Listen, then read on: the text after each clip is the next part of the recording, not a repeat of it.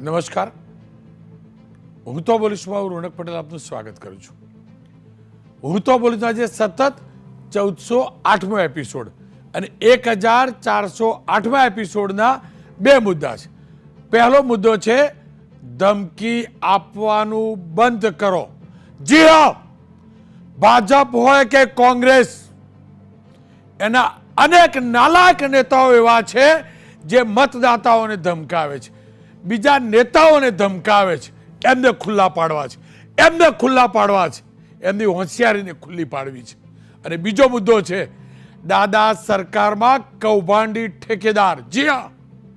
જી હા, અતિ પ્રમાણિક ભૂપેન્દ્રભાઈ પટેલ, પણ એમની સરકારની અંદર એક વિભાગમાં કૌભાંડ થયું અને એ જ કૌભાંડનો ઠેકો હજુ ચાલુ છે. કૌભાંડીને ઠેકો આપનાર અને ઠેકો અપાવનાર કોણ છે ને, એનું સંશોધન કરવું છે. કારણ કે પ્રમાણિક એવા દાદાની સરકારમાં કૌભાંડી ઠેકેદારોને દૂર કરવા જરૂરી છે. ગુજરાતના હિતમાં જરૂરી છે. લાલુએ ચારો ખાધો કે નહોતો ખાધો ખબર નથી, પણ હા, મારા ગુજરાતમાં વિરમગામમાં ડાંગર ખવાયો છે અને નેતાએ એ નફટ ઠેકેદારને આશરો આપ્યો છે. એટલે બોલવું છે. શરૂઆત કરીએ ધમકી આપવાનું બંધ કરવાના મુદ્દાથી.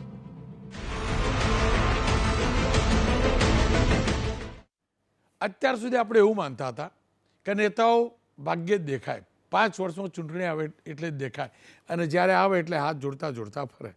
પણ આ કદાચ હવે થોડુંક જૂનું થઈ ગયું. જ્યારે ચૂંટણી આવે છે ત્યારે છેલ્લા કેટલાક સમયથી નેતાઓ ધમકી આપે છે, મતદાતાઓને ધમકી આપે છે, હાથ નથી જોડતા, ધમકાવે છે. અને કેટલાક પોતાના જ સમાજના ગણાતા નેતાઓને પણ ધમકાવે છે. આવું પણ થાય છે. અને ભાજપ કોંગ્રેસ બંને જગ્યાએ આવું છે. ગુજરાતમાં મુખ્ય બંને પક્ષો છે એટલે બંનેની વાત કરું છું. બંને જગ્યાએ આવું છે. કોંગ્રેસની તો વાત કરીશું, પણ ભાજપની એક નેતાની નફટાઈની વાત કરી લો. જી હા, નેતાની નફટાઈ, નાલાયકી, લુચ્ચાઈ, એની વાત કરી લો. અને એ લુચ્ચાઈની સામે ન તો ભારતીય જનતા પક્ષે કોઈ કાર્યવાહી કરી છે અને ફ્રી એન્ડ ફેર ઇલેક્શન કરનારી વાતો કરનાર, દાવો કરનાર રાજ્ય ચૂંટણી આયોગ કે પંચે પણ કોઈ કાર્યવાહી નથી કરી.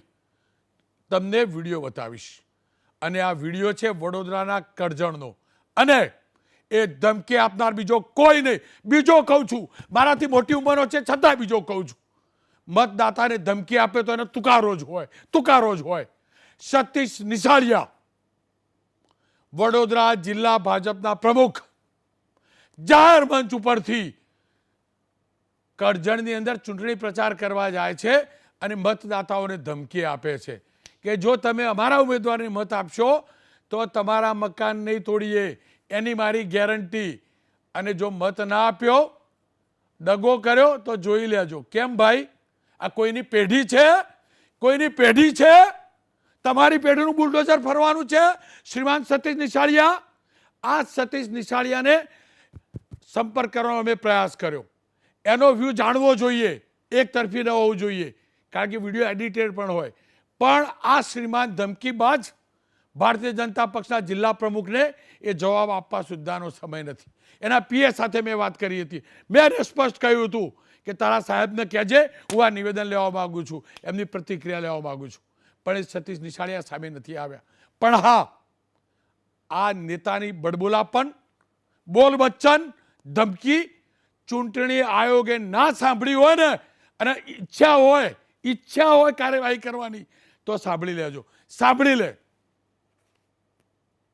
આ વખતે જો આ 4 અમારા ઉમેદવારો જીતાડશો તો મિત્રો હું એટલી જ ગેરંટી આપું કે કોઈનું મકાન નહીં તોડવા દો, એની જવાબદારી હું લઉં છું. પણ સાથે એટલું પણ કહું છું કે જો અહીંયા મને દગો કર્યો તો કોઈનું મકાન પણ નહીં રાખવા દો, એ પણ ગેરંટી આપું. કરજણમાં ચમકારો લાવી દીધો. પહેલી વખત એવું આપણને લાગ્યું કે ભાઈ આ પાટીદાર ભાઈડો છે.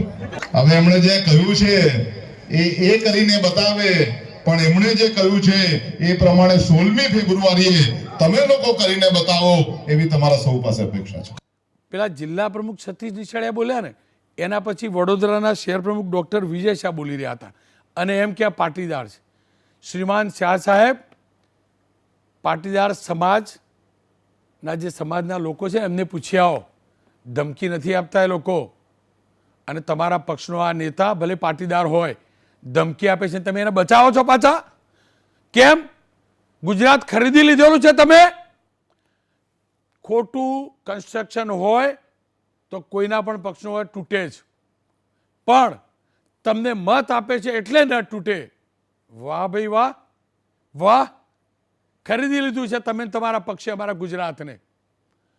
જાહેરમાં માફી માંગવી જોઈએ. અને ફરીથી કહું છું ચૂંટણી પંચને, રાજ્ય ચૂંટણી પંચને ફરીથી કહું છું, જો કાર્યવાહી નહીં થાય તો લોકોનો લોકશાહીમાંથી વિશ્વાસ ઉઠશે.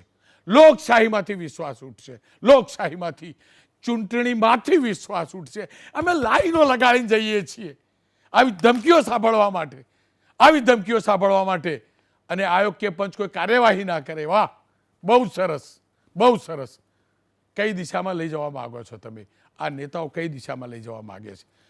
ખેર, એમના જ પક્ષની કાર્યકર્તા છું એવો દાવો કરનાર ભારતી ભાણવડિયાએ એક વિડીયો અપલોડ કર્યો છે, એ પણ તો જોઈ લઈએ. સતીશભાઈ, તમારો પાપનો ઘોડો ભરાઈ ચૂક્યો છે અને આ કરજણ નગરપાલિકામાં જે બળવો થયો એ તમારા તો પુણ્ય પ્રતાપ છે. તમે જ ભાજપને હરાવવા માટે આ બધું કર્યું છે.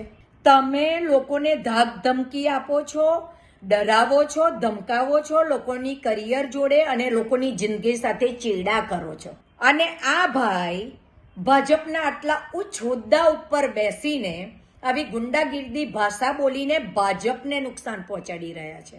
દરેકને ટાર્ગેટ કરવા, દરેકને નીચા પાડવા, દરેકના રાજકારણને પૂરા કરવા, આમાં તો રચ્યા પચ્યા રહેતા હતા. અથાડ દાવ. આ ભાઈની વૃત્તિ જ આ છે. ભાજપના નેતાઓ આવું કરે છે એવું નથી. કોંગ્રેસના નેતા અને પૂર્વ ધારાસભ્ય ગ્યાસુદ્દીનભાઈ શેખ સ્થાનિક સ્વરાજની સંસ્થાની ચૂંટણીનો પ્રચાર કરવા ગયા હતા. ત્યાં મુસ્લિમ ઉમેદવારોને લઈ તેમને એક નિવેદન આપ્યું. એ નિવેદન પણ જોજો, એમની પણ ભાષા જોજો. ગ્યાસુદ્દીનભાઈ સાંભળી લો. જો એક મુસ્લિમ સમાજની વ્યક્તિના મનની અંદર ઈમાન હોય, એનો અકીદો પુખ્તા હોય, એ રાષ્ટ્રવાદમાં, કોમી એકતામાં, ભાઈચારામાં માનતો હોય, એ કદી પણ ભારતીય જનતા પાર્ટીનો સિમ્બોલ લઈ શકે નહીં. ભારતીય જનતા પાર્ટીમાં કઈ રીતના ઉમેદવારી કરે છે, હું માનું છું કે એમના જમીર કેટલા પડી ગયા છે, કેટલા વેચાઈ ગયા છે. ગ્યાસુદ્દીનભાઈ આ જે વાત કરી રહ્યા હતા એ રાધનપુરની અંદર ચૂંટણી પ્રચાર દરમિયાન કરી રહ્યા હતા. વાહ ભાઈ, તમારા પક્ષમાં કોઈ મુસ્લિમ ઊભો રહે તો રાષ્ટ્રભક્ત, અને બીજેપીમાંથી ઊભો રહે તો જમીર વેચીન. આ પણ તો પેલા નિશાળિયાભાઈ જે છે, રાજનીતિના કેટલા નવા નિશાળિયા જગ જૂના હું નથી જાણતો, એના જેવું જ નિવેદન છે. ખેર, આ મુદ્દે ચર્ચા કરવા ગ્યાસુદ્દીનભાઈ શેખ કોંગ્રેસના નેતા છે, એમની સાથે વાત કરી છે. નરેન્દ્રભાઈ રાવત કોંગ્રેસના નેતા છે. જગદીશભાઈ મહેતા રાજકીય વિશ્લેષક છે. ભારતીય જનતા પક્ષનો વ્યૂ જાણવા માગતો હતો હું, પણ ભારતીય જનતા પક્ષ આ શ્રીમાન સતીશ નિશાળિયા વિશે કશું બોલવા તૈયાર નહોતા, એટલે એમને હું સામેલ નથી કરી શક્યો. મારો પ્રયાસ છે ચર્ચા બે તરફી કરવાનો, પણ બીજેપીએ આજે આ મુદ્દે બોલવાની ના પાડી છે એટલે જોડાયા નથી. પણ ગ્યાસુદ્દીનભાઈ સાથે મેં વાત કરી છે, એ જોઈ લઈએ. ગ્યાસુદ્દીનભાઈ ભાજપના સતીશ નિશાળિયા લોકોને ધમકી આપતા ફરે, મતદાતાઓને ધમકાવે, તો બીજી તરફ તમે એમ કહો કે જો કોઈ ભાજપમાંથી જે પણ મુસ્લિમ ઉમેદવારી કરે તેને તેનું જમીર વેચી દીધું કહેવાય. ગ્યાસુદ્દીનભાઈ, કોણ છો તમે નેતાઓ? લોકશાહીમાં દરેક પક્ષમાંથી કે અપક્ષમાંથી ઉમેદવારી કરવાનો તમામને અધિકાર છે અને મુસ્લિમ સમાજ ભાજપ સહિત ગમે તે પક્ષમાંથી ઊભો રહે એની સામે કોઈને પણ કદી પણ વાંધો હોઈ શકે નહીં. પરંતુ જે છેલ્લા 10 વર્ષથી ભારતીય જનતા પાર્ટીની રીતિ રહી છે કે સંસદની અંદર ખુલ્લેઆમ મુસ્લિમ સાંસદને જાતિવાચક ગાળો બોલવામાં આવતી હોય, સમાજને અપમાનિત કરે એવા જે શબ્દો યુઝ કરવામાં આવતા હોય, ભારતીય જનતા પાર્ટીના પ્રવક્તાઓ મોહમ્મદ પૈગંબર સાહેબનું અપમાન કરતી હોય, દેશની અંદર જ્યારે પણ ચૂંટણીઓ આવે ત્યારે બટોગે તો કટેગે, મંગલસૂત્ર ચોરીને લઈ જશે, ભેંસ ચોરીને લઈ જશે, આવા નિઃશુલ્ક મુદ્દાઓ જ્યારે ઉપાડવામાં આવતા હોય અને છેલ્લા 10 વર્ષથી દેશની અંદર ધાર્મિક ધ્રુવીકરણની રાજનીતિ ચાલતી હોય, ત્યારે એવા સમયની અંદર જે મારો કહેવાનો ભાવાર્થ એ હતો કે જે સમાજની જે પક્ષ સમાજની ઇજ્જત ના કરતી હોય, એને સંવિધાન અધિકારથી વંચિત કરવાનો પ્રયાસ કરતી હોય, દેશની સર્વોચ્ચ સંસ્થા સંસદમાં એને અપમાનિત કરતી હોય, તો એવા પક્ષની અંદર અત્યારે આપણે ઉપાય ના થવું જોઈએ. પરંતુ જો ભારતીય જનતા પાર્ટી મુસ્લિમ સમાજને વિધાનસભામાં કે લોકસભામાં પૂરતું પ્રતિનિધિત્વ આપે, એમને પૂરતી તક આપે, એમના સંપૂર્ણ સંવૈધાનિક અધિકારો આપે અને એવી કટુ ભાષાનો ઉપયોગ ના કરે, તો હું માનું છું કે કોઈને પણ કોઈ પણ પક્ષમાં ઊભા રહેવા માટેનો અધિકાર છે ને કોઈને વાંધો હોઈ શકે નહીં. જ્યારે લોકોને વૈકલ્પિક વ્યવસ્થા આપ્યા વગર બેટ દ્વારકાથી માંડીને સમગ્ર ગુજરાતમાં એમના મકાનો તોડી પાડવામાં આવતા હોય, એમને કમસે કમ તમે જો વર્ષોથી રહેતા હોય, એમના પુરાવા હોય તો એમને વૈકલ્પિક વ્યવસ્થા તો આપો. મઝાર જે 100 અને 500 વર્ષ જૂના મઝાર હોય, દરગાહ હોય, એને શહીદ કરવામાં આવતી હોય, મસ્જિદોને શહીદ કરવામાં આવતી હોય, દરેક રીતે સમાજને પ્રતાડિત કરી અને જે રીતના ધ્રુવીકરણની રાજનીતિ કરવામાં આવતી હોય, તો એવા પક્ષ કે જે આ કૃત્ય કરી રહ્યો હોય, તો એવા પક્ષની અંદર આ સમય સંજોગો જોતા આપણે એની અંદર જે છીએ એનું પ્રતિનિધિત્વ ના કરી શકીએ, એટલી જ મારી કહેવાની વાત હતી. પણ ગ્યાસુદ્દીનભાઈ બીજેપી મુસ્લિમ નેતાને કે મુસ્લિમ કાર્યકર્તાને ઉમેદવાર બનાવે એટલે એનું જમીર વેચાઈ ગયું કહેવાય. આવું તો કેવું હોય? હવે તમે એક તરફની આ રાજનીતિ ચાલતી હોય ધાર્મિક ધ્રુવીકરણની, સમાજને પ્રતાડિત કરવાની, હવે તમને લાગે કે નગરપાલિકાની અંદર નાના વોર્ડ છે અને એની અંદર મુસ્લિમ ઉમેદવાર સિવાય કોઈ જીતે એમ નથી, એટલે ફક્ત ને ફક્ત એ સીટો જીતવા માટે મુસ્લિમ સમાજને દેખાડા પૂરતું એ સીટો અને પોતાનો બોર્ડ બનાવીને પ્રતિનિધિત્વ આપતો હોય, હું એક જ તો એ વ્યાજબી નથી. હું કહું છું કે સન્માન. આ જ મુદ્દે ચર્ચા કરવા નરેન્દ્રભાઈ રાવત મારી સાથે જોડાય છે, કોંગ્રેસના નેતા છે. જગદીશભાઈ મહેતા વરિષ્ઠ પત્રકાર છે, એરલાઇન્સના એડિટર છે. જગદીશભાઈ આપની પાસે આવ્યું પહેલાં નરેન્દ્રભાઈને સાંભળી લઉં. નરેન્દ્રભાઈ, તમારે ત્યાં સતીશ નિશાળે આ શું બોલ્યા બધું મારે કહેવાનું તો કહી ચૂક્યો છું. એમાં કોઈ બેમત નથી કે આ કોઈ હિસાબે ના ચાલે, કોઈ હિસાબે. એ નિશાળીઓ કેટલો જૂનો છે એવું નહીં જાણતો, પણ એ નિશાળીયાને ખબર નથી કે એ જે નિશાળમાં ભણતા હશે ને એ કોલેજના પ્રિન્સિપાલોને અમે જોયેલા છે. એટલે આવી ધમકી આપવાનું બંધ કરે. તમારા પાડોશી વડોદરાના હોય એટલે કહી દેજો. એ જગદીશભાઈ ત્યાં ડૉક્ટરને પણ કહી દેજો, વિજયભાઈને પણ. તમારા પક્ષ પૂરતી જ વાત કરી લઉં પહેલાં. બીજેપીના કોઈ આયા નથી એટલે મુદ્દે હું બોલી લીધું. તમારા પક્ષ પૂરતી વાત કરી દઉં. ગ્યાસુદ્દીનભાઈએ આ પ્રકારે બોલવાની જરૂર શું, મને સમજાવો. ડિમોલેશનની પણ વાત કરી, મેં કાલ લાંબુ હતું એટલે કટ કર્યું. તો અદાલતે કીધેલું ડિમોલેશન સાચું બેટ દ્વારકાનું, એ મુદ્દો બનાવો. અને બીજું, કોઈ મુસ્લિમ બીજેપીમાંથી લડત કેમ નહીં, તકલીફ શું તમને લોકો, મને સમજાવો. રોનકભાઈ, પહેલાં જે ગ્યાસુદ્દીનભાઈએ જે વાત કરી છે એ જમીનની વાત કરી છે. એ બેઝિકલી ટેકનિકલી જોવા જઈએ તો ચૂંટણીની આચારસંહિતાની બાબતમાં કે કોઈ પણ લોકોને પ્રલોભન કે ધાક ધમકી આપી નથી. સામાન્ય રીતે ભાષણની અંદર જે પ્રકારે એમણે કહ્યું કે જમીર તમારું જાગવું જોઈએ, તો એ બાબતે મને એવું નથી લાગતું કે મતદારોને કંઈ પ્રલોભન કરવાનો પ્રયાસ કર્યો હોય કે ભ્રમિત કરવાનો પ્રયાસ કર્યો હોય. પરંતુ જે પ્રકારે એમને ખુલાસો આપ્યો એ પણ વ્યાજબી લાગ્યો. અને એ એમના પહેલાં બોલતા પહેલાં એમણે સ્પષ્ટ કહેલું કે જો આપણે લોકશાહી વ્યવસ્થામાં માનતા હોય, બિન સાંપ્રદાયિકતામાં માનતા હોય, તો અત્યારે જે ભારતીય જનતા પાર્ટી છેલ્લા કેટલાક વર્ષોથી જે પ્રકારે ધર્મની રાજનીતિ કરી રહી છે એ સ્પષ્ટ છે ને. અમે રાજનીતિક રીતે ભાષણ હોય તો આપી શકીએ છીએ. એટલે ગ્યાસુદ્દીનની બાબતમાં ગ્યાસુદ્દીન શેખ અમારા ધારાસભ્ય જે બોલ્યા એમને સારો ખુલાસો આપ્યો છે. પરંતુ ભાજપમાં મુસ્લિમ વ્યક્તિ કોઈ લડે એનો કોઈને વાંધો હોઈ શકે નહીં, એ બાબતે વિરોધ બી હોઈ ન શકે. પરંતુ એ પોતાની રીતે એક અપીલ કરી હતી કે આ પ્રકારની પાર્ટી છે, પાર્ટીનું બિહેવિયર આ પ્રકારનું છે, પાર્ટીની કાર્યપદ્ધતિ આવી છે. અને આપ નહીં તો જાણો છો કે નહીં, એક સેકન્ડ, ચૂંટણી એક સેકન્ડ, ચાલે એટલે નરેન્દ્રભાઈ. વધારે મારે વાત નથી નહીં, કરવી. નરેન્દ્રભાઈ, પરંતુ નરેન્દ્રભાઈ, સ્પષ્ટ છે 30 સેકન્ડ રોકું ખાલી. મુસ્લિમ ભાજપમાં લડત તો એનું જમીર વેચાયેલું કહેવાય. જો તમારી થિયરી સાચી છે તો હિન્દુ લડત તો જમીર વેચાયેલું કહેવાય. એટલે હિન્દુ મુસ્લિમ તમે કરાવશો હવે? મને સમજાવો ને. એ જમીર નેતાઓ સમજાવશે લોકોને? નહીં અમે કોઈ હિન્દુ મુસ્લિમ નહીં તો એનો મતલબ શું થયો? મને સમજાવો ને. સાહેબ ગુજરાતની પરિસ્થિતિ ના બહુ મહત્વની બાબત આપની સામે વાત કરવા માંગુ છું કે અત્યારે મતદાર હોય કે નાગરિક ડરેલો છે. જે પ્રકારનું શાસન છે ને એ શાસનમાં ગર્ભિત ધમકીઓની પરંપરા થઈ ગઈ છે. આપ જાણો છો કે આ દેશની અંદર અનડિક્લેર ઇમરજન્સી જેવો શબ્દ અમે વારંવાર વાપરીએ છીએ રાજનીતિમાં અને ભાષણોમાં પણ કહીએ છીએ. આપ જાણો છો કે અત્યારે કોઈ પણ નાગરિક, કોઈ પણ ધંધાદારી વ્યક્તિ સરકારની વિરુદ્ધમાં બોલીને બતાવે. કોઈ પણ મીડિયાની બાબતની વાત હોય, સંસ્થાઓની બાબતની વાત હોય, નરેન્દ્રભાઈ, હું બોલું છું. ઔદ્યોગિક જો ગૃહોની હું તમને બાબત કહું, હોય, હું બોલું જ છું. મને કોઈએ ધમકી નહીં આપી. વિરુદ્ધમાં નરેન્દ્રભાઈ, હું બોલું જ છું. અને સરકારની બોલ્યો જ. વિરુદ્ધ- અરે બોલ્યો જ. અને નહીં, હજી તમે- બ્રેક પછી જોજો. મને કોઈએ મોટા ભાગની ધમકી નહીં તકલીફ આપી. સરકારે ધમકી નહીં આપી. એટલે જો ફ્રીડમ ઓફ સ્પીચ નથી ને એ વાર્તા ખોટી. રોનકભાઈ, લોકતંત્રને કેટલી હદે નીચલી કક્ષાએ લઈ જવાનો પ્રયત્ન કરવામાં આવશે. આ બંને નેતાઓ, તમે જે ગુજરાતના ભારતીય જનતા પાર્ટીના નેતાઓ જે ભાષણ આપી રહ્યા છે એમના ભૂતકાળ વિશે જાણો, એમના કેરેક્ટર વિશે જાણો. એ પ્રજામાં ભારતીય કમળના સિમ્બોલ સિવાય એક વોટ લાવી શકે એવા છે ખરા? એમનું જીવનમાં કોઈ કોન્ટ્રીબ્યુશન છે કે નહીં એ તો ખબર નથી. પરંતુ જે પ્રકારે જનતાને વોટ વખતે સ્પષ્ટ ધમકી આપવામાં આવે, આવી તો કેવી રીતે ચલાવી શકાય? એનો મતલબ તમે વોટ આપશો તો તમારું મકાન સચવાશે.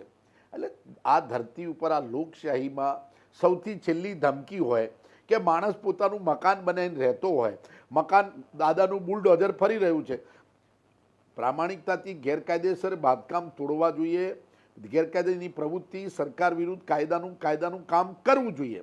પરંતુ એક તરફ સરકાર દિલ્હીની હમણાં વાત કરીએ કે દિલ્હીમાં જે હમણાં ચૂંટણીમાં જાહેરાત કરેલી કે જે ગેરકાયદેસર ઝૂંપડપટ્ટીઓ હશે એને કાયદેસર કરી દઈશું. સરકારનો નિયમ છે, પ્રધાનમંત્રીની આવાસ યોજનાઓ છે, સરકાર પ્રયત્ન કરી રહી છે કે જે લોકો આર્થિક રીતે નબળા હોય, જેમના કાચા પાકા મકાનો હોય, એ લોકો સરકારી જમીન ઉપર રહેતા હોય, એમને કાયદેસરના મકાનો સરકાર પોતાના પૈસેથી મફત બાંધવાની યોજના. અને વડાપ્રધાન લાલ કિલ્લા ઉપરથી વારંવાર બોલી ચૂક્યા છે કે ગેરકાયદેસર બાંધકામો તોડવા નહીં અને એ લોકોને મકાન આપણે આપવા અને 2022 સુધી 1 લાખ, 2 લાખ, 5 લાખ મકાનો બાંધીશું. જ્યારે કોઈનું ગેરકાયદેસર મકાન હોય કે ન હોય, તમે ચૂંટણી સમયે ધમકી આપો કે તમારું ઘર નહીં રહેવા દો, એ સત્તાનો મદ છે, સત્તાનો નશો છે, લોકશાહીનું ખૂન છે, ગેરકાયદેસર કૃત્ય છે. એમના ઉપર ચૂંટણી કમિશને હજી સુધી કાર્યવાહી કરી તમે હજી સુધી કોઈ કશું અરજી આપવા નહીં ગયા. તમે હજી સુધી વિરોધ કરવા નહીં ગયા. લો ને, ના બોલું છે પણ તમારો પક્ષ નહીં ગયો. આજે મનીષભાઈ કહેતા તમે કરીશું ચૂંટણી ના અમારા વડોદરા લોકલ અમારા પ્રમુખ શ્રી જિલ્લા પ્રમુખ દ્વારા લેખિતમાં ચૂંટણી અધિકારીને આ બાબતની ફરિયાદ અમે નોંધાવી ચૂક્યા છીએ અને એ કદાચ તમારા સુધી પહોંચી નહીં હોય પણ ઓફિશિયલી મારી પાસે કોપી પણ છે અને અમે પહોંચી ગયા છે. પરંતુ આ પ્રકારનું તંત્ર ક્યારે પણ ચલાવી શકાય નહીં. અને જો આમાં તમે તમારો મેં આક્રોશ સાંભળ્યો એ લોકશાહીને બચાવવાનો, કારણ કે ભયથી જીવી ન શકાય. સત્તાના નશામાં લોકશાહીમાં લોકો એટલો ઉપયોગ કરે કે જેથી માણસ સંકુચિત બની જીવન જીવી શકે. તમારા બોલવામાં દર્દ હતું, બિલકુલ જોયું. કારણ કે તમે આ પ્રકારે જાહેરમાં ધમકી આપો તો માણસ જાય ક્યાં? અને જ્યારે તમે સત્તામાં હો અને એક તરફ દાદાનું બુલડોઝર, તમે કહ્યું કે દાદા પ્રામાણિક પ્રમાણે બુલડોઝર ફરાવી રહ્યા છે, ગેરકાયદેસર રહ્યા છે, તો આ તો બુલડોઝરનો ડર પણ દરેકના મગજમાં છે. એનો ઉપયોગ આ ભારતીય જનતા પાર્ટીના નફ્ફટ નેતાઓ કરી રહ્યા છે. નરેન્દ્રભાઈ જોડાયેલા રહેજો. પહેલાં તો સતીશ નિશાળિયા ખરો ને, એ કોઈ ઓથોરિટી નથી, એ કોઈ કલેક્ટર નથી, કોઈ શહેરી વિકાસ મંત્રી નથી, કોઈ સચિવ નથી અને ડૉક્ટર વિજય પણ નથી. એક પક્ષના શહેર કે જિલ્લાનો પ્રમુખ છે, એનો કોઈ અધિકાર નથી. પહેલું તો એટલે ડરબરની વાર્તા જ ના હોય. જેના ડંખની જ કિંમત નથી એની વાર્તાનો એટલે ડર રાખવાનો જ ના હોય. ડરવાવાળા લોકોએ ખોટા, એના અધિકાર જ નથી. પહેલું તો એ કોણ ભાઈ, કોણ બુલડોઝર ફેરવવાવાળો લઈને આવશે જાતે? આ તાકાત હોય તો. મારી સાથે જગદીશભાઈ જોડાય છે. જગદીશભાઈ, આ નેતાઓની જબાન ચૂંટણી આવતો કેમ વધુ ઝેરીલી થઈ જાય? કોઈ ધમકી આપે, કોઈ જમીનની વાર્તાઓ કરવા લાગે. જુઓ રોનકભાઈ, જ્યારે તર્ક ખૂટી જાય ત્યારે ધમકીની ભાષા જ એકમાત્ર એની પાસે શસ્ત્ર તરીકે બચે છે. સંવાદ ખૂટી જાય ત્યારે જ સંઘર્ષ બચે છે. નથી ભાજપ પાસે કોઈ ઠોસ એવી વિકાસની વાતો, નથી કોંગ્રેસ પાસે કોઈ ઉજળી અપેક્ષાઓની વાતો. બંનેએ પોતપોતીકી રાજનીતિ કરવી છે, બીજું કશું જ નથી કરવું. આપે બિલકુલ સાચું કીધું કે ભાઈ સતીશ નિશાળિયા હોય કે ડૉક્ટર વિજય શાહ હોય, એ કોઈ બંધારણીય ઓથોરિટી નથી કે બુલડોઝર ફેરવી દે. અને જો ફેરવી જ દેવાની એણે વાત કરી છે અને કોંગ્રેસને એ કઠું છે, કઠવું જોઈએ, પણ કઠું છે તો એ કઠું છે એ ક્યાં કઠવું જોઈએ? ચોર ચોરાહામાં. કોર્ટ નથી હિન્દુસ્તાનમાં. તમે FIR દાખલ કરાવો, ચૂંટણી પંચ છોડો. એ આપણે માનવું ન જોઈએ કે ચૂંટણી પંચ નિષ્પક્ષ છે, એ બંધારણીય ચોપડામાં છે, પણ આપણે જાણીએ છીએ અને તમને શંકા છે એને કે કોંગ્રેસને કે ચૂંટણી પંચ કોઈ કાર્યવાહી કરતું નથી. ઓકે, ખેર, પણ તમારી પાસે અદાલત તો છે. હું એક એક્ઝામ્પલ આપીશ તમને રોનકભાઈ. જુનાગઢના રાજ્યસભાના સાંસદ ઇમરાન પ્રતાપ ગઢી, એણે એક સોશિયલ મીડિયા ઉપર એક પોસ્ટ મૂકી હતી કે એ ખૂન કે પ્યાસો બાત સુનો વગેરે વગેરે. હવે એટલી જ ખાલી સોશિયલ મીડિયામાં મૂકી એટલે જામનગરની પોલીસ એણે એની સામે FIR દાખલ કરી અને થઈ ગઈ આખી કોર્ટ મેટર. હવે FIR રદ કરવા માટે ભાઈ ઇમરાન જે પ્રતાપ ગઢી છે એ હાઈકોર્ટમાં ગયા, ત્યાંય મેળ ન પડ્યો. પછી સુપ્રીમમાં ગયા.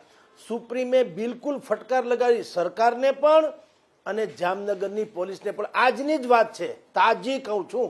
સુપ્રીમ કોર્ટે કીધું કે તમારી બુદ્ધિ બેર મારી ગઈ છે, સરકારને, ગુજરાત સરકારને અને જામનગરની પોલીસને, કે તમારી બુદ્ધિ બેર મારી ગઈ છે. શું તમે આ માંડ્યું છે? એક એણે કીધું સર્જનાત્મકતા પણ મહત્વપૂર્ણ હોય છે. ક્રિએટિવિટી, સર્જનાત્મકતા એટલે ક્રિએટિવિટી, એ પણ મહત્વપૂર્ણ હોય છે. તો એમાં તમારે કેસ કરવાની ક્યાં જરૂર છે? પણ એ ક્યારે બન્યું? ઇમરાન પ્રતાપ ગઢીએ કોર્ટમાં ગયા અને ન્યાય માગ્યો ત્યારે એણે જુનાગઢના કે જામનગરના ચોકમાં કોઈ વાત નથી કરી, જેમ અત્યારે ગ્યાસુદ્દીનભાઈ શેખે કહી રહ્યા છે કે બીજા બધા કરી રહ્યા છે.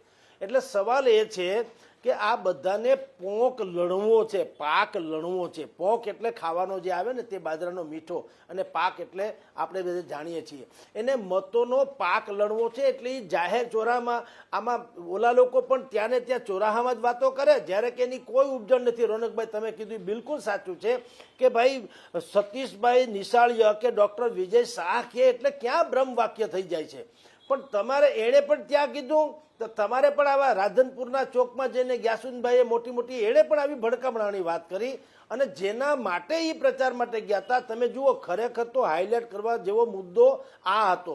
હિન્દુસ્તાનમાં જેને કહી શકાય ને કે ભાઈ કોમી એકતા હું હોઈ શકે, તો તમે જુઓ રાધનપુરમાં કોંગ્રેસના પૂર્વ MLA ગ્યાસુદ્દીનભાઈ શેખ જેના માટે પ્રચાર કરવા ગયા હતા અને એણે ભડકામણી વાતો કરી, એ જ ઉમેદવાર, તમે વોર્ડ નંબર 7ના કે ક્યાંયના ઉમેદવાર છે ગુલામ રસૂલ, એણે પોતે શું જવાબ આપ્યો જુઓ રોનકભાઈ. એણે કીધું કે ભાઈ ગ્યાસુદ્દીનભાઈને કીધું તમે ન નડો તો સેવા જ છે, તમે આપ જીઓ ઓર જીને દો. એણે કીધું કે 7 ટિકિટ આપી છે ભારતીય જનતા પાર્ટીએ અને 200 જેટલા મકાનો જે છે એ પ્રધાનમંત્રી યોજનામાં મુસ્લિમ સમાજને મળ્યા છે. એટલે તમે અહીંયા પેટ્રોલ છાંટોમાં. એણે એમ પાછું કીધું ગુલામ રસૂલજીએ કે ગ્યાસુદ્દીનભાઈ મને એક વાતનો જવાબ આપો. માની લો કે આ ટિકિટ આ એટલે કે આવી ધારાસભ્ય કે માનીને સંસદ સભ્યની ટિકિટ તમને આપે ભારતીય જનતા પાર્ટી, તો તમે શું ઇનકાર કરશો? એટલે સવાલ એ છે રોનકભાઈ, આવી જે પોઝિટિવ વાતો છે એ બહાર નથી આવતી ને ભડકામણી આવે છે. સુપ્રીમ કોર્ટે પણ ફટકાર લગાવી ગુજરાત સરકારને અને જામનગર પોલીસને. એવી જ રીતે ગુલામ રસૂલ જેના પ્રચાર માટે ગ્યાસુદ્દીન શેખ આવ્યા હતા એણે પણ ફટકાર લગાવી છે. સવાલ એ છે કે જનતામાં વૈમનસ્ય કોણ ઓકે છે? આ તમે જેની અત્યારે વાત કરી છે તે ફૂફાડા મારનારા નેતાઓ, કારણ કે એને કેવળ પાક લણવો છે. ભાઈ કોંગ્રેસના પણ અત્યારે પ્રવક્તા કહે છે કે ભાઈ બુલડોઝર ફેરવવામાં આવે છે ને ફલાણું કરો. એટલે ભાઈ ગેરકાનૂની હોય તો ફરે જ ફરે. અને જો તમારી સામેની કાર્યવાહી ખોટી હોય તો હિન્દુસ્તાનમાં કાયદાનું શાસન છે, આપ જઈ શકો છો, પણ તમારે કાયદો પણ એ જ માનવો છે જે તમારા ફાયદામાં છે. તમારા ફાયદામાં ન હોય તો તમારે કાયદો માનવો નથી, તમારે વંદે માતરમ ગાવું નથી, તેમ વળી પાછી તે શરિયત કાનૂન આવી જાય છે.